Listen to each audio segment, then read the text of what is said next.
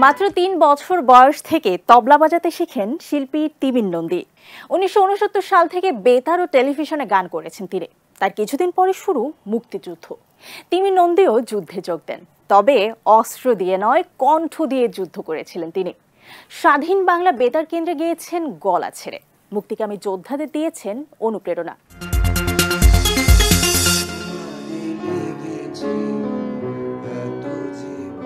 ছোটবেলা থেকেই ছিল দেশের প্রতি ভালোবাসা, তার মধ্যে শুরু হয় যুদ্ধ। কিন্তু বয়সটা ছিল কম, তাই চাইলেই অস্ত্র হাতে যুদ্ধে যাওয়া সম্ভব ছিল না। তবে মনের জেদ আর আবেগ দমানো দেয়। তাই মায়ের অনুপ্রেরণায় মুক্তিকামীদের হয়ে কণ্ঠে তুলে নিলেন স্বাধীনতার গান। স্বাধীন বাংলা বেতার কেন্দ্র, বিবিসি, তারপরে আকাশবাণী খবরে শুনতাম যে পাকিস্তানিরা গ্রামকে গ্রাম জ্বালিয়ে দিচ্ছে, শিশু থেকে বৃদ্ধ পর্যন্ত হত্যা করছে, ধর্ষণ করছে।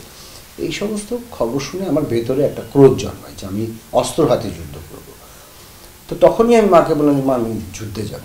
আনন্দবাজার পত্রিকায় ছবি দেখলাম একজন মুক্তিযোদ্ধা তার বাবার পায়ের কাছে অস্ত্র রেখে মুক্তিযুদ্ধে যাওয়ার জন্য দোয়া চাইছে। তখন আমি মাকে বললাম, মা, এই ছেলে যদি যুদ্ধ করতে পারে তাহলে আমি কেন পারব? তখন মা বললেন যে ঠিক আছে, তুমি এতই যখন মুক্তিযুদ্ধ করতে চাচ্ছ, তুমি স্বাধীন বাংলা বেতার কেন্দ্রে যাও। ৭১-এর যুদ্ধের ভয়াল স্মৃতি আজও মনে ভয় জাগায়। পাওয়া না পাওয়ার হিসেব মেলাতে নয়, দেশকে ভালোবেসেই অস্থির সময়ে জেলায় জেলায় গান গেয়ে ফান্ড জোগাতেন। বলছিলেন সে সময়ের গল্প। সন্ধ্যাবেলায় ঘাটে ঘাটে নিতে হলো যে এখানে নোঙর করতে হবে, চাল ডাল কিছু আনতে হবে। দুজন নেমে গেল নৌকা থেকে। এই যে অন্ধকারের মধ্যে শুধু পানির ছলাৎ ছলাৎ শব্দ, আর কোনো আওয়াজ নেই। আমরা এতগুলি মানুষ নৌকার মধ্যে বসে আছি, দুইজন গেছেন অপরিচিত জায়গা, মানে এটা কোথায়, কোন জায়গা, কি গ্রাম, সব তো অপরিচিত। এই যে গেছে তো গেছে, আর আসে না। মানে কি যে টেনশন একটা, এটা বোঝানো যাবে না। যে আমাদেরকে যে কোনো মুহূর্তেই হয়তো কেউ, আমরা হয়তো গুলি করে মেরেও ফেলতে পারে।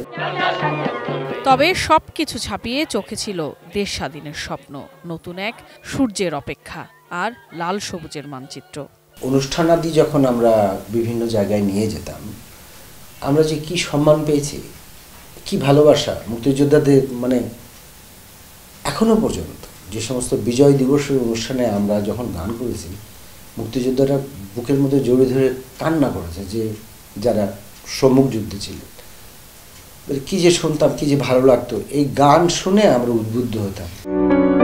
স্বাধীনতার ৫৩ বছর পর আজও আমরা মূল্যায়ন করতে শিখিনি। তাই প্রাপ্তির প্রত্যাশা না হলেও অভিমান জমেছে বুকে, বলছিলেন গুণিয়ে মানুষটি। দেশ স্বাধীন করার জন্য যুদ্ধ করেছি আমরা, কোনো ভাতা পাওয়ার জন্য যুদ্ধ করিনি, কিছু পাওয়ার জন্য যুদ্ধ করিনি, বা আমরা ভবিষ্যতে কোনোদিন কিছু পাবো সেটা ভেবেও কিন্তু যুদ্ধ করিনি।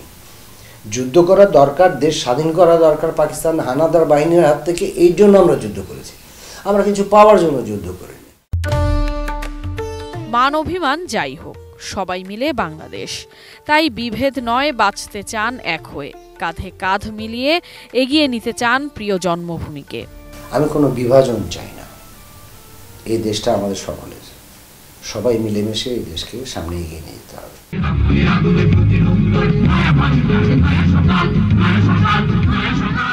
Sadia Nancy, ATN news, Dhaka.